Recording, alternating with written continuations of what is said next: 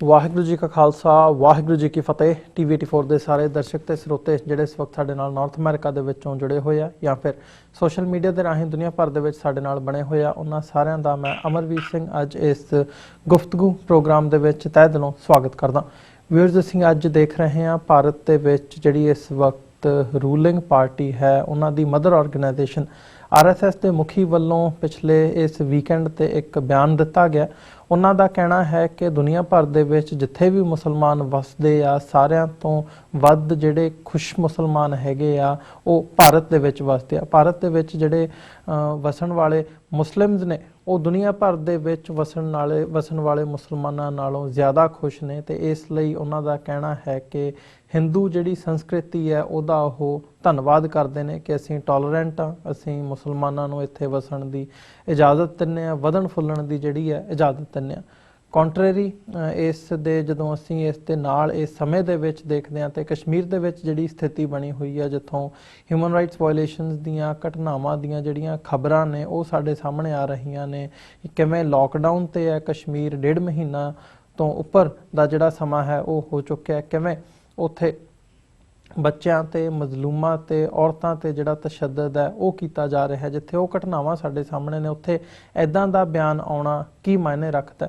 ਇਹੀ ਘੱਟ ਨਹੀਂ ਬਲਕਿ 2 ਦਿਨ ਪਹਿਲਾਂ ਜਿਹੜੇ ਮੋਹਨ ਭਾਗਵਤ ਨੇ ਉਹ ਇਹ ਵੀ ਕਹਿ ਕੇ ਹਟਿਆ ਕਿ ਭਾਰਤ ਜਿਹੜਾ ਹੈ ਉਹ ਹਿੰਦੂ ਰਾਸ਼ਟਰ ਹੈ ਤੇ ਇੱਥੇ ਜਿਹੜੇ ਰਹਿਣ ਵਾਲੇ ਸਾਰੇ ਬਸ਼ਿੰਦੇ ਨੇ ਭਾਰਤ ਦੇ ਵਿੱਚ ਉਹ ਹਿੰਦੂ ਨੇ।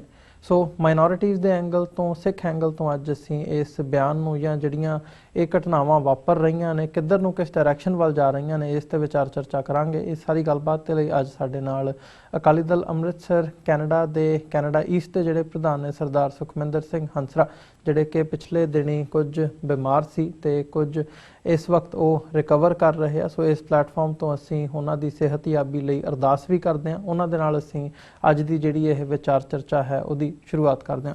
ਹੰਸਰਾ ਸਾਹਿਬ, ਤੁਹਾਡਾ ਸਵਾਗਤ ਹੈ ਜੀ। ਵਾਹਿਗੁਰੂ ਜੀ ਕਾ ਖਾਲਸਾ ਵਾਹਿਗੁਰੂ ਜੀ ਕੀ ਫਤਿਹ ਜੀ। ਵਾਹਿਗੁਰੂ ਜੀ ਕਾ ਖਾਲਸਾ ਵਾਹਿਗੁਰੂ ਜੀ ਕੀ ਫਤਿਹ। ਅਮਰਵੀਰ ਸਿੰਘ ਹੰਸਰਾ ਸਾਹਿਬ, ਤੁਹਾਡਾ ਸਵਾਗਤ ਹੈ ਜੀ। ਤੇ ਜਿਵੇਂ ਮੈਂ ਕਿਹਾ ਵੀ ਤੁਹਾਡੀ ਸਿਹਤ ਦੇ ਲਈ ਅਸੀਂ ਅਰਦਾਸ ਕਰਦੇ ਹਾਂ ਕਿ ਕੌਮੀ ਨਿਸ਼ਾਨੇ ਵੱਲ ਜਿਹੜਾ ਇਹ ਸੰਘਰਸ਼ ਹੈ ਤੁਸੀਂ ਉਹਦੇ ਵਿੱਚ ਜਿਵੇਂ ਪਹਿਲਾਂ ਯੋਗਦਾਨ ਪਾ ਰਹੇ ਹੋ ਅੱਗੇ ਵੀ ਐਵੇਂ ਹੀ ਪਾਉਂਦੇ ਰਹੋ।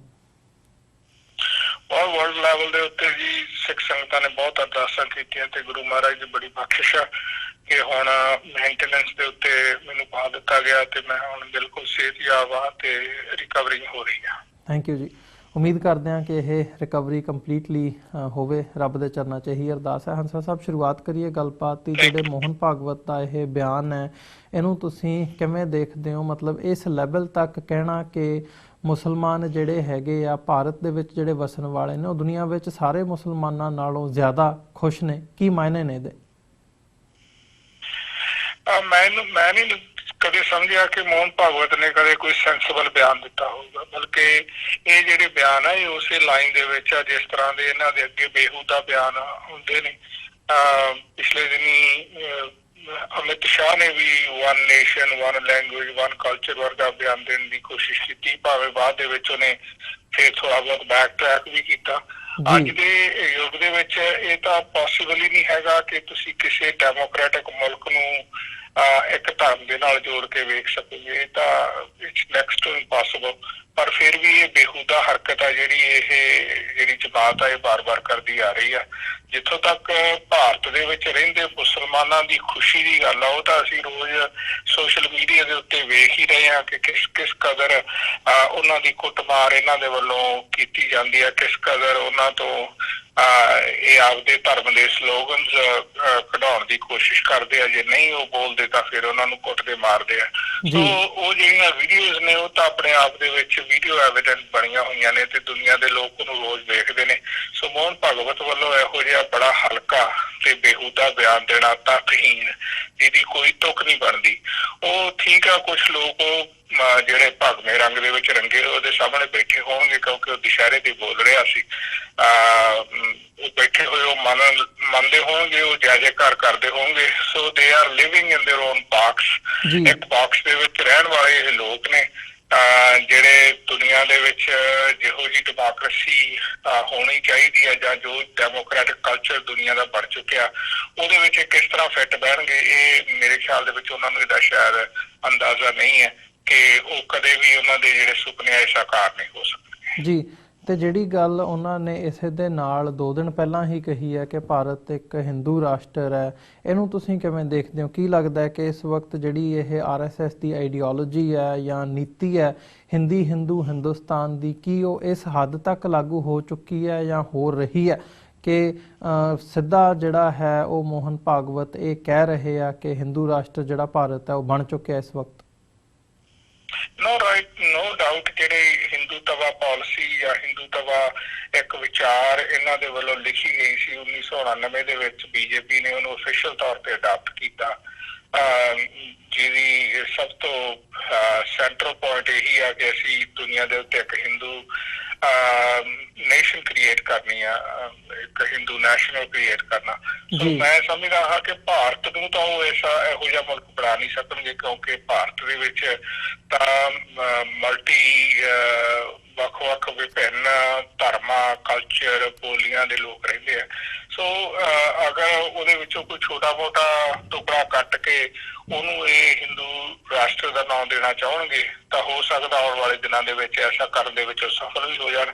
ਪਰ ਜੇ ਉਹ ਕਿਤੇ ਇਹ ਸੁਪਨਾ ਵੇਖਦੇ ਆ ਕਿ ਅਸੀਂ ਭਾਰਤ ਨੂੰ ਹਿੰਦੂ ਰਾਸ਼ਟਰ ਬਣਾ ਲਾਂਗੇ, ਇਹ ਪੋਸੀਬਲ ਨਹੀਂ ਹੈਗਾ, ਇਹ ਬਿਲਕੁਲ ਨਾ ਹੀ ਹੋ ਹੀ ਸਕਦਾ ਤੇ ਨਾ ਦੁਨੀਆ ਨੇ ਕਦੇ ਇਸ ਚੀਜ਼ ਨੂੰ ਹੋਣ ਨਹੀਂ ਦੇਣਾ, ਕਿਉਂਕਿ ਭਾਰਤ ਦਾ ਜੋ ਸੰਵਿਧਾਨ ਆ ਉਹਦੇ ਵਿੱਚ ਤਾਂ ਹਿੰਦੂ ਆਪਣੀ ਹਿੰਦੀ ਬੋਲੀ ਨੂੰ ਨੈਸ਼ਨਲ ਭਾਸ਼ਾ 1960 ਦੇ ਵਿੱਚ 50 ਦੇ ਵਿੱਚ ਰਜਿਸਟਰ ਨਹੀਂ ਸੀ ਕਰਵਾ ਸਕੇ, ਕਿਉਂਕਿ ਉਦੋਂ ਵੀ ਉਹਨਾਂ ਨੂੰ ਪਤਾ ਸੀ ਕਿ ਭਾਰਤ ਦੇ ਸਾਰੇ ਲੋਕ ਆ ਜਿਹੜੇ ਉਹ ਹਿੰਦੀ ਨਹੀਂ ਬੋਲਦੇ, ਭਾਰਤ ਦੇ ਲੋਕਾਂ ਦੀਆਂ ਹੋਰ ਲੈਂਗੁਏਜਸ ਬੜੀਆਂ ਨੇ। ਹੁਣ ਜਦੋਂ ਬੋਲੀ ਦੀ ਕੰਟਰੋਵਰਸੀ ਪਈ ਆ ਅਮਿਤ ਸ਼ਾਹ ਦੇ ਕਹਿਣ ਤੋਂ ਬਾਅਦ, ਉਸ ਤੋਂ ਬਾਅਦ ਇਹ ਸਾਰਾ ਕੁਛ ਲੋਕਾਂ ਦੇ ਸਾਹਮਣੇ ਆ ਗਿਆ, ਭਾਵੇਂ ਕਿ ਲੋਕ ਪਹਿਲਾਂ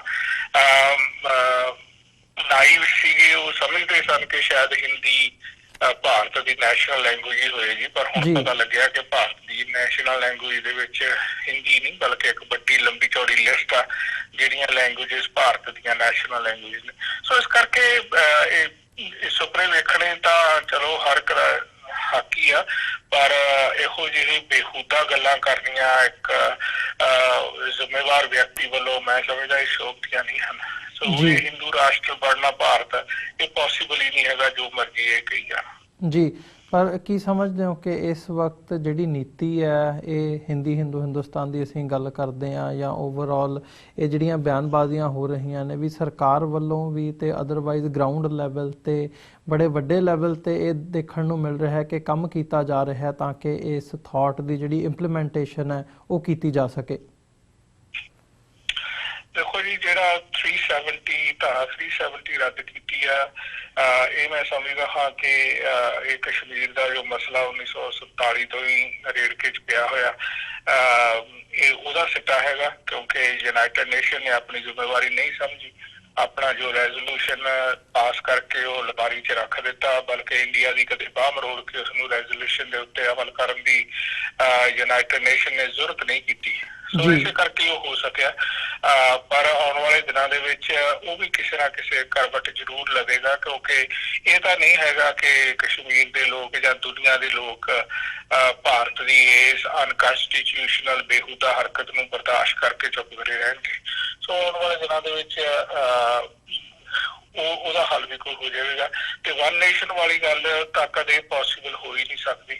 ਡਜ਼ਨਟ ਮੈਟਰ ਉਹ ਆਪਦੇ ਕੇਂਦਰਾਂ ਦੇ ਵਿੱਚ, ਆਪਦੇ ਖੇਤਰ ਵਿੱਚ, ਆਪਦੇ ਅਦਾਰਿਆਂ ਵਿੱਚ ਜਿੰਨਾ ਮਰਜ਼ੀ ਇਸ ਦਾ ਪ੍ਰਚਾਰ ਕਰੀ ਜਾਣ, ਭਗਵੇਂ ਕੱਪੜੇ ਪਾ ਕੇ ਜਿੰਨੀਆਂ ਮਰਜ਼ੀ ਇਹ ਨਾਅਰੇਬਾਜ਼ੀ ਕਰੀ ਜਾਣ, ਕਿਉਂਕਿ ਦੁਨੀਆ ਦੇ ਉੱਤੇ ਜਿਹੜੀ ਚੀਜ਼ ਇੰਪੋਸੀਬਲ ਆ, ਜਿਹਦੀ ਕੋਈ ਬੈਕਗਰਾਊਂਡ ਨਹੀਂ ਹੈ, ਜਿਹਦੀ ਕੋਈ ਤੱਥ ਨਹੀਂ ਹੈ, ਜਿਹਦਾ ਕੋਈ ਵਜ੍ਹਾ ਨਹੀਂ ਹੈ, ਸੋ ਉਹ ਜਿਹੀਆਂ ਹਰਕਤਾਂ ਹੀ ਹੋ ਸਕਦੀਆਂ, ਉਹ ਅਥੈਂਟਿਕ ਗੱਲ ਨਹੀਂ ਹੋ ਸਕਦੀ। ਭਾਰਤ ਹੋ ਹੀ ਨਹੀਂ ਸਕਦਾ ਇੱਕ ਕਦੇ ਹਿੰਦੂ ਰਾਸ਼ਟਰ ਜਿਸ ਤਰ੍ਹਾਂ ਮੈਂ ਕਿਹਾ ਕਿ ਆਪਣਾ ਛੋਟਾ ਬਹੁਤ ਕੋਈ ਹਿੱਸਾ ਬਣਾ ਕੇ ਉਹ ਬਣਾਉਣਾ ਚਾਹੁੰਦੇ ਆ, ਉਹ ਡਿਕਲੇਅਰ ਕਰਨਾ ਚਾਹੁੰਦੇ ਆ, ਤਾਂ ਮੇਰੇ ਖਿਆਲ ਦੇ ਵਿੱਚ ਕਿਸੇ ਨੂੰ ਕੋਈ ਪ੍ਰੋਬਲਮ ਵੀ ਨਹੀਂ ਹੋਏਗੀ। ਜੀ, ਹੰਸਰਾਜ ਸਾਹਿਬ, ਜੇ ਇਸੇ ਜਿਹੜਾ ਮੋਹਨ ਭਾਗਵਤ ਵੱਲੋਂ ਮੁਸਲਮਾਨਾਂ ਦੇ ਸੰਦਰਭ ਦੇ ਵਿੱਚ ਬਿਆਨ ਦਿੱਤਾ ਗਿਆ ਕਿ ਉਹ ਖੁਸ਼ ਨੇ, ਭਾਰਤ ਦੇ ਵਿੱਚ ਸਭ ਤੋਂ ਜ਼ਿਆਦਾ ਖੁਸ਼ ਨੇ ਐਕਚੁਅਲੀ ਦੁਨੀਆ ਦੇ ਵਿੱਚ ਜਿੱਥੇ ਵੀ ਮੁਸਲਮਾਨ ਵਸਦੇ ਆ, ਇਹਦਾ ਜਦੋਂ ਅਸੀਂ ਕਸ਼ਮੀਰ ਦੇ ਵਿੱਚ ਜੋ ਇਸ ਵਕਤ ਚੱਲ ਰਿਹਾ ਹੈ ਮੁਲਾਂਕਣ ਕਰਦੇ ਹਾਂ, ਕੰਪੈਰੀਜ਼ਨ ਕਰਦੇ ਹਾਂ, ਤਾਂ ਕਿਵੇਂ ਦੇਖਦੇ ਹੋ ਜਿਹੜੇ ਕਸ਼ਮੀਰ ਦੇ ਹਾਲਾਤ ਨੇ ਇਸ ਵਕਤ ਉਹ ਕੁਝ ਹੋਰ ਦਰਸਾਉਂਦੇ ਨੇ? ਕਸ਼ਮੀਰ ਦੇ ਲੋਕਾਂ ਤੋਂ ਉਹਨਾਂ ਦੀ ਆਜ਼ਾਦੀ ਖੋਹ ਲਈ, 72 ਦਿਨ ਉਹਨਾਂ ਨੂੰ ਲੌਕ ਅਪ ਕਰੀ ਰੱਖਿਆ। ਹੁਣ ਉਹਨਾਂ ਦੇ ਮਾੜੇ ਮੋਟੇ ਟੈਲੀਫੋਨ ਚੱਲਦੇ ਕੀਤੇ ਆ, ਪਰ ਇੰਟਰਨੈਟ ਅਜੇ ਵੀ ਚੱਲਦਾ ਨਹੀਂ ਕੀਤਾ। ਇੰਨਾ ਕੁਛ ਕਰਨ ਦੇ ਬਾਵਜੂਦ ਇਹ ਕਹਿ ਦੇਣਾ ਕਿ ਇਹ ਤਾਂ ਲੋਕ ਖੁਸ਼ੀ ਬੜੇ ਆ, ਸੰਤੁਸ਼ਟੀ ਬੜੇ ਆ, ਮੈਂ ਸਮਝਦਾ ਕਿ ਇਹ ਮਨੁੱਖਤਾ ਦੇ ਮੂੰਹ ਦੇ ਉੱਤੇ ਚਪੇੜ ਮਾਰਨ ਵਾਲੀ ਗੱਲ ਆ ਇਹਨਾਂ ਦੇ ਵੱਲੋਂ। ਇਹ ਤਾਂ ਮੁਸਲਮਾਨ ਲੋਕ ਆਪ ਦੱਸਣਗੇ ਆ ਕਿ ਉਹ ਕਿੰਨੇ ਕੁ ਖੁਸ਼ ਨੇ, ਕਿੰਨੇ ਕੁ ਸੰਤੁਸ਼ਟ ਨੇ। ਪਰ ਅਸੀਂ ਤਾਂ ਵੇਖ ਰਹੇ ਹਾਂ ਹਰ ਰੋਜ਼ ਕਿ ਜਿਸ ਕਦਰ ਜ਼ੁਲਮ ਹੋ ਰਿਹਾ ਭਾਰਤ ਦੇ ਅੰਦਰ ਮੁਸਲਮਾਨਾਂ ਦੇ ਉੱਤੇ, ਉਹ ਬੜਾ ਅਸਹਿ ਆ, ਬੜਾ ਤਸ਼ੱਦਦ ਭਰਾ, ਬੜਾ ਦੁੱਖ ਵਾਲਾ, ਬੜਾ ਗੁਲਾਮੀ ਦੀਆਂ ਚੱਕੀਆਂ ਵਿੱਚ ਉਹਨਾਂ ਨੂੰ ਪੀਸ ਰਿਹਾ। ਸੋ ਪਤਾ ਨਹੀਂ ਇਹ ਕਿੱਥੋਂ ਕਿਹੜੇ ਫੈਕਟਸ ਐਂਡ ਫਿਗਰਸ ਲੈ ਕੇ ਮੋਹਨ ਭਾਗਵਤ ਨੇ ਇਹ ਗੱਲ ਕਹਿ ਦਿੱਤੀ ਹੈ। ਇਹ ਬਿਲਕੁਲ ਖੋਖਲੀ ਆ, ਤੱਥਹੀਣ ਆ, ਇਹਦਾ ਕੋਈ ਵਜੂਦ ਨਹੀਂ ਹੈ। ਜੀ ਹੰਸਰਾਜ ਸਾਹਿਬ, ਜਿਹੜੀ ਸਿਚੁਏਸ਼ਨ ਜਾਂ ਜਿਹੜੇ ਮੋਟਿਵ ਦੇ ਨਾਲ 370 ਧਾਰਾ ਖਤਮ ਕੀਤੀ ਗਈ ਹੈ ਕਸ਼ਮੀਰ ਦੇ ਵਿੱਚੋਂ, ਤੁਹਾਨੂੰ ਲੱਗਦਾ ਵੀ ਆਉਣ ਵਾਲੇ ਸਮੇਂ ਦੇ ਵਿੱਚ ਉਹਦੀ ਇੰਪਲੀਮੈਂਟੇਸ਼ਨ ਹੋ ਸਕੇਗੀ? ਜੋ ਸਰਕਾਰ ਚਾਹੁੰਦੀ ਹੈ ਕਸ਼ਮੀਰ ਦੇ ਵਿੱਚ ਕਰਨਾ ਉਹ ਹੋ ਸਕੇਗਾ? ਕਿਉਂਕਿ ਖਬਰਾਂ ਜਿਹੜੀਆਂ ਇਸ ਵਕਤ ਆ ਰਹੀਆਂ ਨੇ, ਜਿਵੇਂ ਰਿਟੈਲੀਏਟ ਕੀਤਾ ਜਾ ਰਿਹਾ ਕਸ਼ਮੀਰੀਆਂ ਵੱਲੋਂ, ਉਹ ਵੀ ਬੜੇ ਵੱਡੇ ਲੈਵਲ ਤੇ ਦੇਖਣ ਨੂੰ ਮਿਲ ਰਿਹਾ ਹੈ। ਤੇ ਨਾਲ ਹੀ ਨਾਲ ਈਵਨ ਜਿਹੜੇ ਬੀਜੇਪੀ ਦੇ MLAs ਜਾਂ ਉਹਨਾਂ ਦੇ ਆਗੂ ਵੀ ਨੇ, ਉਹਨਾਂ ਦੀ ਵੀ ਇਹ ਖਬਰ ਆਈ ਹੈ ਕਸ਼ਮੀਰ ਦੇ ਵਿੱਚੋਂ ਕਿ ਉਹ ਵੀ ਐਜ਼ ਐਨ ਇੰਡੀਪੈਂਡੈਂਟ ਜਿਹੜੀਆਂ ਚੋਣਾਂ ਨੇ ਉਹ ਲੜਨਗੇ, ਉਮੀਦਵਾਰੀ ਦੇ ਜਿਹੜੇ ਕਾਗਜ਼ ਨੇ ਆਪਣੇ ਉਹ ਆਜ਼ਾਦ ਉਮੀਦਵਾਰ ਦੇ ਤੌਰ ਤੇ ਦਾਖਲ ਕਰਨਗੇ, ਬੀਜੇਪੀ ਦੇ ਨਾਲ ਆਪਣੀ ਐਸੋਸੀਏਸ਼ਨ ਨਹੀਂ ਸ਼ੋਅ ਕਰਨਗੇ। ਸੋ ਕੀ ਸਮਝਦੇ ਹੋ ਕਿ ਆਉਣ ਵਾਲੇ ਸਮੇਂ ਦੇ ਵਿੱਚ ਇਹ ਗੱਲ ਕਿੱਧਰ ਨੂੰ ਜਾਂਦੀ ਨਜ਼ਰ ਆਉਂਦੀ ਹੈ? ਇਹ ਤਾਂ ਬੀਜੇਪੀ ਨੂੰ ਮੈਂ ਸਮਝਦਾ ਕਿ ਉਹਨਾਂ ਦੇ ਲਈ ਆਈ ਓਪਨਰ ਆ, ਉਹਨਾਂ ਦੇ ਲਈ ਅਲਾਰਮ ਆ ਕਿ ਉਹ ਇੱਕ ਕਾਉਂਸਲ ਦੀਆਂ ਇਲੈਕਸ਼ਨਾਂ ਚੁਣਨ ਦੀ ਖਾਤਰ ਉਹਨਾਂ ਨੂੰ ਆਪਣਾ ਬੈਜ ਲਾ ਕੇ ਦੇਣਾ ਪੈ ਰਿਹਾ। ਤੇ ਇਸ ਕਰਕੇ ਮੈਂ ਤਾਂ ਨਹੀਂ ਸਮਝਦਾ ਕਿ ਕਿਸੇ ਨੂੰ ਡੈਮੋਕ੍ਰੈਟਿਕ ਪ੍ਰੋਸੈਸ ਦੇ ਵਿੱਚ ਕੋਈ ਥ੍ਰੈਟਨਿੰਗ ਕਰਨੀ ਚਾਹੀਦੀ ਹੈ। ਪਰ ਬੀਜੇਪੀ ਨੇ ਜਿਸ ਕਦਰ ਉਹਨਾਂ ਲੋਕਾਂ ਨੂੰ, ਕਸ਼ਮੀਰ ਦੇ ਲੋਕਾਂ ਨੂੰ ਪਰੇਸ਼ਾਨ ਕੀਤਾ, ਉਹਨਾਂ ਦੇ ਸੁੱਖ ਚੈਨ ਖੋਹਣ ਦੀ ਕੋਸ਼ਿਸ਼ ਕੀਤੀ ਆ। ਸੋ ਇਨ ਵਾਰਫੇਅਰ ਜਿਸ ਤਰ੍ਹਾਂ ਕਹਿੰਦੇ ਵੀ ਐਵਰੀਥਿੰਗ ਇਜ਼, ਸਭ ਕੁਝ ਜਾਇਜ਼ ਆ। ਤੇ ਉਹ ਤੋਂ ਪਤਾ ਲੱਗ ਰਿਹਾ ਕਿ ਬੀਜੇਪੀ ਜਿਹੜੀ ਆ ਉਹ ਅੰਦਰੋਂ ਅੰਦਰ ਹੀ ਇੰਨੀ ਡਰੀ ਹੋਈ ਆ ਕਿ ਉਹ ਆਪਣੇ ਉਮੀਦਵਾਰਾਂ ਨੂੰ ਕਹਿ ਰਹੀ ਆ ਠੀਕ ਆ ਤੁਸੀਂ ਇੰਡੀਪੈਂਡੈਂਟ ਖੜ ਜਾਓ, ਤੁਸੀਂ ਬੀਜੇਪੀ ਵੱਲੋਂ ਨਾ ਖੜੋ, ਬਾਅਦ ਦੇ ਵਿੱਚ ਇਲੈਕਸ਼ਨਾਂ ਤੋਂ ਬਾਅਦ ਤੁਸੀਂ ਫਿਰ ਆ ਕੇ ਪਾਰਟੀ ਜੁਆਇਨ ਕਰ ਲਿਓ। ਸੋ ਮੈਨੂੰ ਨਹੀਂ ਲੱਗਦਾ ਕਿ ਫਿਰ ਪਾਰਟੀ ਜੁਆਇਨ ਕਰਕੇ ਉਹਨਾਂ ਦਾ ਸਰੇਗਾ। ਉਹਨਾਂ ਨੂੰ ਇਹ ਅੰਡਰਸਟੈਂਡ ਕਰਨਾ ਚਾਹੀਦਾ ਕਿ ਲੋਕਾਂ ਦਾ ਜੋ ਗੁੱਸਾ ਹੈ ਉਸ ਨੂੰ ਸਮਝ ਕੇ, ਲੋਕਾਂ ਦੀ ਜੋ ਨਬਜ਼ ਹੈ ਉਸ ਨੂੰ ਪਛਾਣ ਕੇ ਜੋ 370 ਧਾਰਾ ਉਹਨਾਂ ਨੇ ਰੱਦ ਕੀਤੀ ਆ ਉਹਨੂੰ ਰਿਵਰਸ ਕਰਕੇ ਲੋਕਾਂ ਨੂੰ ਉਹਨਾਂ ਦੇ ਹੱਕ ਦੁਆਰਾ ਆਪਣੇ ਆਪ ਦੇ ਦੇਣ, ਨਹੀਂ ਤਾਂ ਇਵੈਂਚੁਅਲੀ ਦੇਣੀ ਪੈਣੀ ਉਹਨਾਂ ਨੂੰ। ਜਿਵੇਂ ਤੁਸੀਂ ਇਹ ਗੱਲ ਕੀਤੀ ਹੈ ਕਿ ਧਾਰਾ 370 ਵਾਪਸ ਉਹਨਾਂ ਨੂੰ ਜਿਹੜੀ ਹੈ ਉਹ ਰੀਐਸਟੈਬਲਿਸ਼ ਕਰਨੀ ਚਾਹੀਦੀ ਹੈ, ਪਰ ਇੱਕ ਪਾਸੇ ਜਦੋਂ ਅਸੀਂ ਨਰਿੰਦਰ ਮੋਦੀ ਦੀ ਬਿਆਨਬਾਜ਼ੀ ਦੇਖਦੇ ਹਾਂ, ਉਹ ਤਾਂ ਕਾਂਗਰਸ ਨੂੰ ਚੈਲੰਜ ਕਰ ਰਹੇ ਆ ਕਿ 370 ਤੁਸੀਂ ਧਾਰਾ ਵਾਪਸ ਲਿਆ ਕੇ ਦਿਖਾਓ। ਇਹ ਚੈਲੰਜ ਉਹਨਾਂ ਨੇ ਕਾਂਗਰਸ ਨੂੰ ਕੀਤਾ। ਜਿੱਥੇ ਸਿਚੁਏਸ਼ਨ ਇਹ ਹੋਵੇ ਉੱਥੇ ਕੀ ਨਜ਼ਰ ਆ ਰਿਹਾ ਹੈ ਵੀ ਆਉਣ ਵਾਲੇ ਸਮੇਂ 'ਚ ਇਹ ਗੱਲ ਕਿੱਧਰ ਨੂੰ ਜਾਵੇਗੀ? ਦੇਖੋ ਜੀ, ਇਹ ਮਸਲਾ ਕਾਂਗਰਸ ਦਾ ਨਹੀਂ ਹੈ, ਮਸਲਾ ਇਹ ਕਸ਼ਮੀਰ ਦੇ ਲੋਕਾਂ ਦਾ ਹੈ। ਕਾਂਗਰਸ ਤਾਂ ਆਪਣੇ ਆਪ ਦੇ ਵਿੱਚ ਆਪਦੀਆਂ ਗਲਤੀਆਂ ਦੇ ਕਾਰਨ ਕੱਖੋਂ ਹੌਲੀ ਹੋਈ ਪਈ ਆ ਉੱਥੇ। ਸੋ ਕਾਂਗਰਸ ਨੂੰ ਤਾਂ ਕੋਈ ਵੀ ਦਬਕਾ ਮਾਰ ਸਕਦਾ ਇਸ ਵਕਤ, ਉਹ ਤਾਂ ਇੰਨੀ ਵਨਰੇਬਲ ਆ। ਪਰ ਇਹ ਮਸਲਾ ਜਿਹੜਾ ਹੈ ਇਹ ਕਸ਼ਮੀਰੀ ਲੋਕਾਂ ਦਾ ਹੈ। ਇਵੈਂਚੁਅਲੀ ਕਸ਼ਮੀਰੀ ਲੋਕ ਆ ਜਿਹੜੇ ਉਹ ਆਰਗੇਨਾਈਜ਼ ਹੋ ਰਹੇ ਨੇ ਦੁਨੀਆ ਦੇ ਤਖਤੇ ਦੇ ਉੱਤੇ, ਜਿੱਥੇ ਜਿੱਥੇ ਵੀ ਕਸ਼ਮੀਰੀ ਵਸਦੇ ਨੇ ਜਾਂ ਜਿੱਥੇ ਜਿੱਥੇ ਪ੍ਰੋ ਕਸ਼ਮੀਰੀ ਹੈ। ਈਵਨ ਸਿੱਖ ਵੀ ਜਿਹੜੇ ਕਸ਼ਮੀਰੀਆਂ ਦੀ ਸਪੋਰਟ ਦੇ ਉੱਤੇ ਆਏ ਨੇ, ਕਸ਼ਮੀਰੋਂ ਆਏ ਨੇ, ਪੰਜਾਬ ਦੇ ਸਿੱਖ ਵੀ ਆਏ ਨੇ, ਪੰਜਾਬ ਦੇ ਕਿਸਾਨ ਵੀ ਆਏ ਨੇ। ਇਹ ਸਾਰਾ ਕੁਝ ਜਿਹੜਾ ਘਟਨਾ ਚੱਕਰ ਦੁਨੀਆ ਦੇ ਉੱਤੇ ਚੱਲ ਰਿਹਾ, ਜਿਹੜੀ ਆਪੋਜੀਸ਼ਨ ਭਾਰਤ ਸਰਕਾਰ ਦੀ ਇਸ ਬੇਹੂਦਾ ਹਰਕਤ ਦੀ ਹੋ ਰਹੀ ਆ, ਇਹ ਆਪਣੇ ਆਪ ਦੇ ਵਿੱਚ ਬਲਾ ਮਿਸਾਲ ਆ। ਤੇ ਆਉਣ ਵਾਲੇ ਦਿਨਾਂ ਦੇ ਵਿੱਚ ਲੋਕ ਚੁੱਪ ਨਹੀਂ ਬੈਠਣਗੇ ਜਦ ਤੱਕ ਭਾਰਤ ਆਪਣਾ ਇਹ ਫੈਸਲਾ ਰਿਵਰਸ ਨਹੀਂ ਕਰਦਾ। ਜੀ, ਤੇ ਜਿਵੇਂ ਅਸੀਂ ਕਸ਼ਮੀਰ ਦੇ ਹਵਾਲੇ ਨਾਲ ਗੱਲ ਕਰ ਰਹੇ ਹਾਂ, ਉੱਥੇ ਸਿੱਖਾਂ ਦੀ ਵੀ ਚੰਗੀ ਖਾਸੀ ਜਿਹੜੀ ਹੈ ਵਸੋਂ ਹੈ। ਇੱਕ ਫੈਕਟਰ ਮੈਂ ਸਮਝਦਾ ਕਿ ਨੈਗਲੈਕਟ ਹੋ ਰਿਹਾ ਕਿਤੇ ਨਾ ਕਿਤੇ ਮੀਡੀਆ ਦੇ ਵਿੱਚ ਵੀ ਤੇ ਅਦਰਵਾਈਜ਼ ਵੀ ਸਿੱਖਾਂ ਦੀ ਜਿਹੜੀ ਉੱਥੇ ਵਸੋਂ ਹੈ, ਸਿੱਖਾਂ ਦੀ ਹਾਲਾਤ ਬਾਰੇ ਜ਼ਿਆਦਾ ਗੱਲ ਨਹੀਂ ਕੀਤੀ ਜਾ ਰਹੀ। ਕੀ ਕਹਿਣਾ ਚਾਹੋਗੇ ਇਸ ਬਾਰੇ?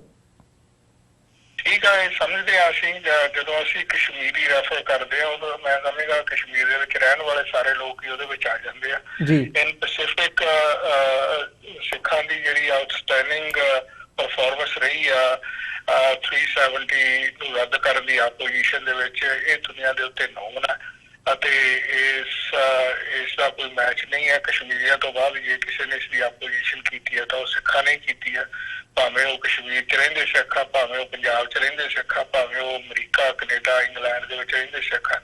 ਇੱਥੋਂ ਤੱਕ ਕਿ 19 ਤਾਰੀਖ ਨੂੰ ਫਿਰ ਟੋਰਾਂਟੋ ਦੇ ਵਿੱਚ ਇੱਕ ਵੱਡੀ ਰੈਲੀ ਕਸ਼ਮੀਰੀਆਂ ਦੇ ਹੱਕ ਦੇ ਵਿੱਚ ਹੋ ਰਹੀ ਹੈ। ਸੋ ਇਹ ਸਾਰਾ ਕੁਝ ਜਿਹੜਾ ਹੋ ਰਿਹਾ, ਇਹ ਸਾਰਾ ਕੁਝ ਕਿਤੇ ਨਾ ਕਿਤੇ ਨੋਟ ਵੀ ਕੀਤਾ ਜਾ ਰਿਹਾ। ਸੋ ਭਾਰਤ ਨੂੰ ਇਹ ਵੀ ਪਤਾ ਕਿ ਉਹਨਾਂ ਦੀ ਜਿਹੜੀ ਇਹ ਹਰਕਤ ਆ ਇਹ ਅਨਨੋਟਿਸਡ ਨਹੀਂ ਜਾ ਰਹੀ।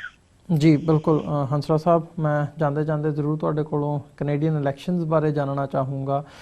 ਰੀਸੈਂਟਲੀ ਹੁਣ ਜਿਹੜੀਆਂ ਪਿਛਲੇ ਸਾਰੇ ਸਮੇਂ ਦੇ ਵਿੱਚ ਐਕਟੀਵਿਟੀਜ਼ ਚੱਲ ਰਹੀਆਂ ਨੇ, ਤੁਸੀਂ ਟੋਰਾਂਟੋ ਬੇਸਡ ਹੈਗੇ ਹੋ, ਐਕਟਿਵ ਵੀ ਹੋ, ਜਿਹੜੀ ਲੋਕਲ ਪੋਲਿਟਿਕਸ ਹੈ ਉਹਦੇ ਵਿੱਚ ਵੀ ਤੁਹਾਡੀ ਸ਼ਮੂਲੀਅਤ ਹੁੰਦੀ ਹੈ। ਕੀ ਕਹਿਣਾ ਚਾਹੋਗੇ, ਕਿੱਦਾਂ ਦੇ ਹਾਲਾਤ ਬਣਦੇ ਨਜ਼ਰ ਆ ਰਹੇ ਆ ਆਉਂਦੀਆਂ 21 ਅਕਤੂਬਰ ਨੂੰ ਜਿਹੜੀਆਂ ਚੋਣਾਂ ਹੋਣੀਆਂ ਨੇ ਕੈਨੇਡੀਅਨ ਫੈਡਰਲ ਇਲੈਕਸ਼ਨਸ, ਉਸ ਬਾਰੇ? ਹਾਂਜੀ, ਤਕਰੀਬਨ 30-35 ਦਿਨ ਹੋ ਗਿਆ ਕੈਂਪੇਨ ਚੱਲਦੀ ਨੂੰ। ਜਿਹੜੀ ਸਭ ਤੋਂ ਹੈਰਾਨੀ ਕਰਨ ਵਾਲੀ ਗੱਲ ਇਹ ਆ ਕਿ ਦੋ ਵੱਡੀਆਂ ਪੋਲੀਟੀਕਲ ਪਾਰਟੀਆਂ ਜਿਹੜੀਆਂ ਕੈਨੇਡਾ ਨੂੰ ਗਵਰਨ ਕਰਦੀਆਂ ਰਹੀਆਂ ਨੇ, ਉਹਨਾਂ ਦੀ ਲੋਕਪ੍ਰਿਯਤਾ ਦੇ ਵਿੱਚ ਕੋਈ ਖਾਸ ਤਬਦੀਲੀ ਨਹੀਂ ਆਈ। ਉਹ 30-32% ਦੇ ਉੱਤੇ ਸ਼ੁਰੂ ਦੇ ਵਿੱਚ 30-32% ਦੇ ਅੱਜ ਨੇ, ਜਦੋਂ ਕਿ NDP ਪਾਰਟੀ ਜਿਹਦੇ ਲੀਡਰ ਸਰਦਾਰ ਜਗਮੀਤ ਸਿੰਘ ਹੋਰੀ ਆ, ਉਹ ਪਿਛਲੀ ਇੰਗਲਿਸ਼ ਡਿਬੇਟ ਤੋਂ ਬਾਅਦ ਇੱਕਦਮ ਸਪਾਈਕ ਹਾਈ। ਫਰਸਟ ਪ੍ਰੈਫਰੈਂਸ ਦੇ ਵਿੱਚ ਤਾਂ ਜਗਮੀਤ ਸਿੰਘ ਸਾਰੇ ਲੀਡਰਾਂ ਨੂੰ ਮਾਤ ਪਾ ਕੇ ਕਿਤੇ ਅੱਗੇ ਨਿਕਲ ਗਏ ਆ ਕਿ ਜਿਹੜੇ ਕੈਨੇਡੀਅਨ ਲੋਕ ਨੇ, ਜਦੋਂ ਉਹਨਾਂ ਨੇ ਇਸ ਦਵਾਲੇ ਵਾਲੇ ਸਿੰਘ ਨੂੰ ਸੁਣਿਆ ਡਿਬੇਟ ਦੇ ਵਿੱਚ, ਤਾਂ ਉਹ ਸਾਰੇ ਕਿਸਮ ਦੇ ਕਾਇਲ ਹੋ ਗਏ ਤੇ ਉਹ ਸਾਰੇ ਸਮਝਦੇ ਆ ਕਿ ਜਗਮੀਤ ਸਿੰਘ ਬਾਕੀ ਸਾਰੇ ਲੀਡਰਾਂ ਦੇ ਨਾਲੋਂ ਕਾਬਲ ਆ ਅਤੇ ਕੇਪੇਬਲ ਆ ਅਤੇ ਡਿਜ਼ਰਵਿੰਗ ਕੈਂਡੀਡੇਟ ਆ। ਪਰ ਪੋਲੀਟੀਕਲ ਫਰੰਟ ਦੇ ਵਿੱਚ ਪਾਰਟੀ ਦਾ ਜਿਹੜਾ ਵਜੂਦ ਆ, ਪਾਰਟੀ ਦੀ ਆਰਗੇਨਾਈਜੇਸ਼ਨ ਆ, ਪਾਰਟੀ ਦੀਆਂ ਪਾਲਿਸੀਜ਼ ਨੇ, ਉਹ ਬੜੀਆਂ ਮਨ ਰੱਖਦੀਆਂ। ਪਰ ਇਸ ਦੇ ਬਾਵਜੂਦ ਜਗਮੀਤ ਦੀ ਜਿਹੜੀ ਪਾਰਟੀ ਹੈ NDP ਨਿਊ ਡੈਮੋਕ੍ਰੈਟਸ, ਉਹ ਤਕਰੀਬਨ 5-6 ਪੁਆਇੰਟ ਅੱਗੇ ਚਲੀ ਗਈ ਆ ਪਿਛਲੇ ਇੱਕ ਹਫ਼ਤੇ ਦੇ ਵਿੱਚ ਇੰਗਲਿਸ਼ ਡਿਬੇਟ ਤੋਂ ਬਾਅਦ। ਸੋ ਉਹ ਇਹੀ ਕਹਿ ਰਹੇ ਆ ਕਿ ਜਿਹੜੀ ਔਰੰਜ ਟ੍ਰੇਨ ਹੈ, ਜਿਹੜੀ NDP ਦਾ ਰੰਗ ਹੈ ਔਰੰਜ ਟ੍ਰੇਨ ਹੈ, ਜਿਹੜੀ ਇਹ ਕ੍ਰਸ਼ਿੰਗ ਹੈਡ ਜਾ ਰਹੀ ਹੈ ਸਾਰਿਆਂ ਦੇ। ਸੋ ਤਕਰੀਬਨ 8-9 ਦਿਨ ਬਾਕੀ ਨੇ, 7 ਦਿਨ ਹੀ ਬਾਕੀ ਨੇ। ਅੱਜ ਮੰਡੇ, ਅਗਲੇ ਮੰਡੇ ਇਲੈਕਸ਼ਨ ਹੈ। ਇਹ 7 ਦਿਨਾਂ ਦੇ ਵਿੱਚ ਹੋਰ ਕੀ ਕ੍ਰਿਸ਼ਮਾ ਹੁੰਦਾ ਇਹ ਪਤਾ ਲੱਗੇਗਾ। ਇੱਥੋਂ ਪਤਾ ਲੱਗ ਰਿਹਾ ਕਿ ਕੈਨੇਡਾ ਦੇ ਵਿੱਚ ਘੱਟ ਗਿਣਤੀ ਸਰਕਾਰ ਬਣਨ ਦੇ ਚਾਂਸਸ ਨੇ, ਕਿਉਂਕਿ ਕੰਜ਼ਰਵੇਟਿਵ ਪਾਰਟੀ ਨੂੰ ਕੋਈ ਹੋਰ ਪਾਰਟੀ ਸਪੋਰਟ ਨਹੀਂ ਕਰਨਾ ਚਾਹੁੰਦੀ, ਕਿਉਂਕਿ ਉਹ ਰਾਈਟ ਵਿੰਗ ਪਾਰਟੀ ਹੈ। ਇਸ ਕਰਕੇ ਉਹਨਾਂ ਦੀ ਘੱਟ ਗਿਣਤੀ ਸਰਕਾਰ ਬਣਨ ਦੇ ਚਾਂਸਸ ਬਹੁਤ ਬਰੀਕ ਨੇ ਅਤੇ ਲਿਬਰਲ ਪਾਰਟੀ ਦੇ ਨਾਲ NDP, ਗ੍ਰੀਨ, ਇਹ ਸਾਰੀਆਂ ਲੱਗ ਸਕਦੀਆਂ ਕਿ ਇਹਨਾਂ ਦੀਆਂ ਪਾਲਿਸੀਜ਼ ਸਮਵਟ ਕਿਤੇ ਨਾ ਕਿਤੇ ਜਾ ਕੇ ਫਿਰ ਵੀ ਮੇਲ ਖਾਂਦੀਆਂ ਨੇ। ਅਤੇ ਜਗਮੀਤ ਸਿੰਘ ਨੇ ਬਿਆਨ ਵੀ ਦੇ ਦਿੱਤਾ ਹੈ ਕਿ ਕੰਜ਼ਰਵੇਟਿਵ ਨੂੰ ਬਾਹਰ ਰੱਖਣ ਦੀ ਖਾਤਰ ਜੇ ਸਾਨੂੰ ਲਿਬਰਲ ਪਾਰਟੀ ਦਾ ਸਹਿਯੋਗ ਦੇਣਾ ਪਿਆ ਸਰਕਾਰ ਬਣਾਉਣ ਲਈ ਤਾਂ ਅਸੀਂ ਚੇਸ ਕਰਾਂਗੇ, ਨਹੀਂ ਅਸੀਂ ਦੇਵਾਂਗੇ, ਸਹਿਯੋਗ ਦੇਵਾਂਗੇ।